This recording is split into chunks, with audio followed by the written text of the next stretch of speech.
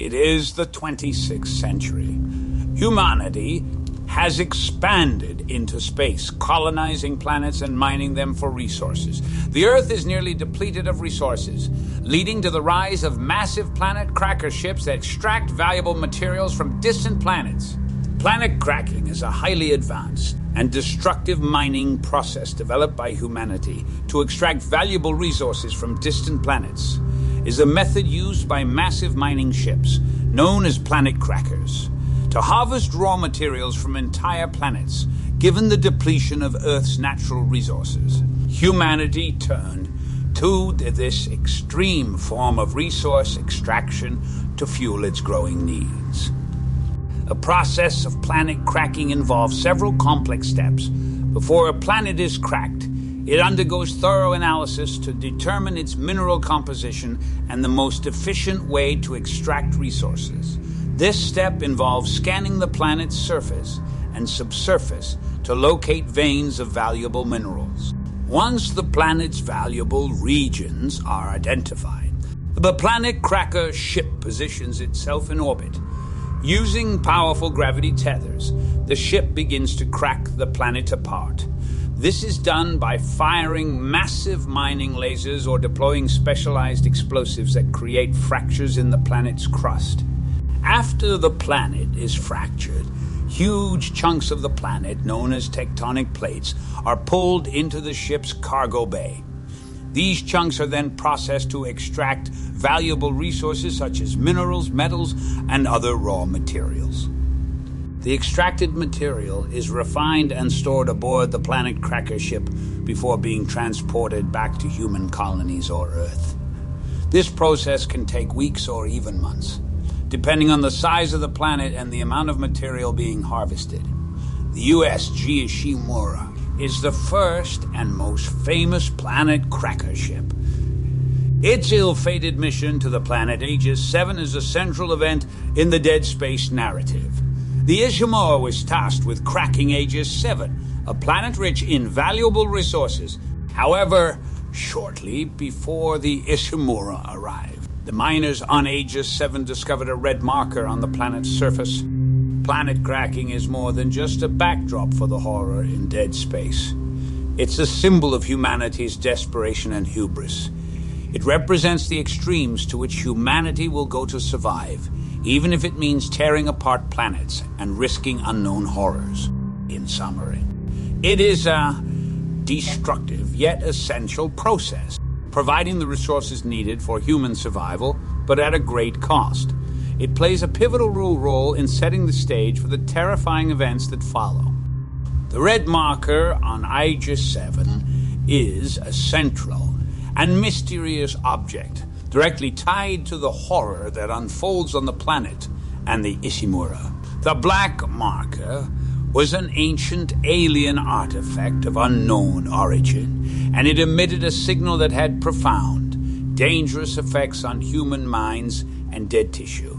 The red marker, like the original, is capable of reanimating dead tissue, creating the monstrous necromorphs, and exerting a powerful influence over the minds of those near it. The discovery of the black marker led to the formation of the Church of Unitology, which revered it as a divine object. However, it was also studied by scientists who attempted to replicate its properties. The red marker on Aegis 7 is one of these human-made replicas created as part of a secret project by EarthGov to study and harness the power of the original marker. These replica markers were intended to be used as weapons or tools for creating limitless energy by exploiting their mysterious properties in the greatest of secrecy. The red marker had been placed on the planet by EarthGov as part of an experiment. The marker had a protective electromagnetic field around it, which stabilized the planet and prevented catastrophic geological activity. During the planet cracking operation conducted by the Ishimura, the red marker was uncovered. This led to a series of disastrous events. The red marker began emitting a signal which had two effects. It drove the crew insane, causing hallucinations, paranoia, and self-deletion. It also reanimated the dead, creating monsters of human flesh called necromorphs. The necromorphs, driven by the Marker's influence, slaughtered most of the crew, leading to the total decimation of the Ashimarist population. The signal also manifests as a voice in the heads of those affected, often encouraging them to do the Marker's bidding. A Marker also exerts control over the necromorphs, directing their actions and guiding them toward a larger purpose, the creation of a convergence event where all necromorphs would merge into a single massive organism, typically a brethren moon. Necromorphs are grotesque, reanimated creatures, representing a twisted fusion of human corpses and alien infection. Necromorphs are created when the Marker signal interacts with dead tissue. This signal reanimates the corpses, transforming them into horrifying, deadly creatures. The process of transformation is rapid and violent, with the dead tissue being reshaped into nightmarish forms designed for killing. Necromorphs come in various forms, each with unique characteristics and methods of attack. Some of the most notable types are slashers. The most common type of necromorph. Slashers are reanimated human corpses with elongated blade-like arms. They move with a jerky, erratic gait and are highly aggressive. They use their bladed arms to slash at victims, aiming to dismember or decapitate them. Leapers are characterized by their long, muscular tails and powerful limbs. They often crawl on walls and ceilings, making them difficult to track and shoot. Lurkers. The lurkers are molded from the bodies of infants or small animals. They have 3 tentacles sprouting from their backs, each tipped with a sharp barb. Lurkers fire these barbs at a distance, acting as ranged attackers, exploders.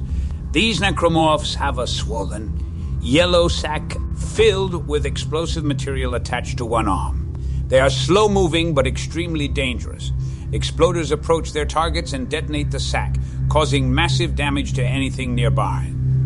The Brutes. Brutes are heavily armored necromorphs formed from multiple corpses fused together. They are incredibly strong and resilient. They charge at their targets with immense force, using their bulk and strength to crush and tear apart anything in their way. The Infector. Flying necromorphs with bat-like wings and a long proboscis. Their primary function is to spread the necromorph infection by turning fresh corpses into new necromorphs. They latch onto a corpse and inject it with the Marker signal, quickly transforming the body into another necromorph. The Divider. Dividers are tall, thin necromorphs that can split into smaller, autonomous parts when attacked. Each part can continue to attack independently. They use their reach to strangle or dismember their victims and can overwhelm opponents by splitting into multiple smaller enemies. The Hunter. The Hunter is a unique necromorph with ability to regenerate its limbs and other body parts, making it nearly indestructible. It relentlessly pursues its prey, using its regenerative abilities to recover from any damage, making it one of the most terrifying enemies in the series. Acromorphs are not mindless zombies. They are driven by the will of the Markers, acting with a single-minded purpose to spread the infection and kill any living beings. They exhibit a level of cunning, often attacking in coordinated swarms and using their environment to their advantage. Despite their grotesque appearance, they are highly efficient killers, designed to dismember and incapacitate their prey quickly. Unitology is a religion that plays a central role in the Dead Space universe. It is a highly influential and powerful organization with a large following and significant control over various aspects of society, including politics and business. Unitology was founded by a man named Michael Altman, who is regarded as a prophet by the followers of the religion. The central tenet of Unitology is the belief in convergence, a process where all human beings will eventually be united into a single entity or consciousness. This belief is based on the discovery of the markers, which are central to the religion's mythology. They believe that the markers are divine objects sent to humanity to guide them toward convergence. They view the markers as sacred and worship them, believing that they hold the key to eternal life and the unification of all living things. The markers are central to unitology, but in reality they are alien devices that produce a form of energy capable of reanimating dead tissue. The true purpose of the markers is to spread this infection, ultimately bring about the destruction of all life, which is starkly different from the peaceful unification that unitologists believe in. Despite this, unitologists are deeply devoted to their faith and continue to pursue the spread of the markers, believing that they are fulfilling a divine purpose. Unitology is depicted as a powerful and wealthy organization. It has influence over governments, corporations, and the general populace. The religion is manipulative, using its resources and power to further its own goals, often at the expense of human life and well-being. In truth, unitology is a dangerous cult that drives much of the conflict in the universe. The religion's leaders are often shown to be aware of the true nature of the markers, but continue to promote their use to achieve convergence, leading to catastrophic events. The goal for constructing the red marker was to harness it for potential energy solutions or other uses, but the experiment went horribly wrong, with the red marker exhibiting the same dangerous properties as the original. The red marker was eventually placed on the planet Aegis 7 as part of a secret experiment by EarthGov. Aegis 7 was a remote mining colony, making it an ideal location for such a dangerous and classified project. The colony was built around the marker, with the local population unaware of the artifact's true nature. The red marker was placed on Aegis 7 as part of an experiment to observe its effects in a controlled environment.